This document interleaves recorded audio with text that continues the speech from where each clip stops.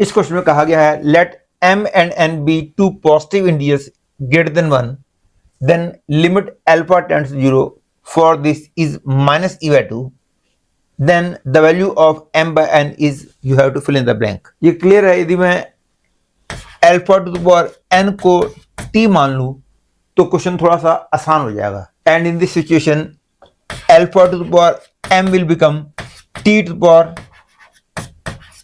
m by n, and as alpha tends to 0 t will also tend to 0, therefore the question will become limit t tends to 0 e to power cos t minus e upon t to the power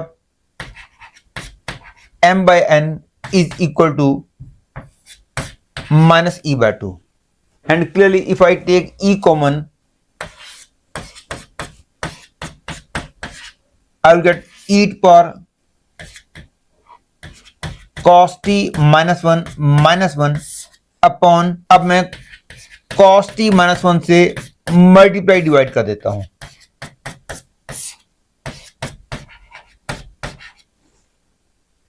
and this is equal to minus e by 2, ये ई cancel हो जाएगा। और क्योंकि ये 0 को tend कर रहा है और दोनों सेम है तो इसकी लिमिट हो गई 1, and I get limit t tends 0। ये मैं माइनस कॉमन ले रहा हूं तो माइनस भी कैंसिल हो जाएगा। I will get 1 minus cos t upon t square into t square upon t to power m by n equal to 1 by 2, and 1 minus cos t by t square आपको directly पता होना चाहिए। therefore I get implies that 1 by 2 limit t tends 0 t to power 2 minus m by n is equal to 1 by 2 1 by 2 1 by 2 भी cancel हो गया।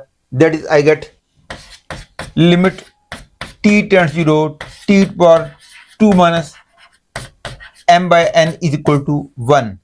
अब ये clear है m by n की वैल्यू तो 2 ही होनी होगी, क्योंकि m by n की वैल्यू 2 से कम होगी तो आंसर 0 आ जाएगा, और m by n की वैल्यू 2 से ज्यादा होगी तो आंसर इन्फिनिटी आ जाएगा।